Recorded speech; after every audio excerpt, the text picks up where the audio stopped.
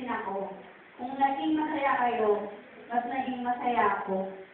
Nakakatuwa yung experience kasi most nung camp na ina-attend ko na nagpapasility story, pang-evangelical, parang mga bagong Christians pa lang. So talagang nakaka-bless na pag narinig namin sa inyo na yung mga pinagdaanan nyo, ganito pala, ganyan pala. Lalo na yung mga nag-share din sa amin, nag-one-on-one kami na umabot pa kami ng anong oras. Parang yung mga talagang sinabi nila sa amin lahat ng mga burden nila dun sa heart nila. Nakakatuwa na nandun yung trust nila sa aming mga staff. Nandun yung trust nila sa amin na sabihin yung mga problems nyo. Ayun, nakakatuwa. Nakaka-bless talaga. Iba yung experience din.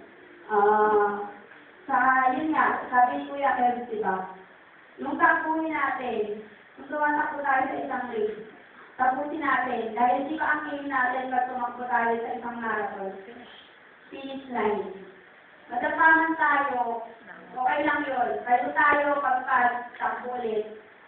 Ayun, sana magpatuloy kayo hanggang sa susunod na kita-kits ulit. Ayan.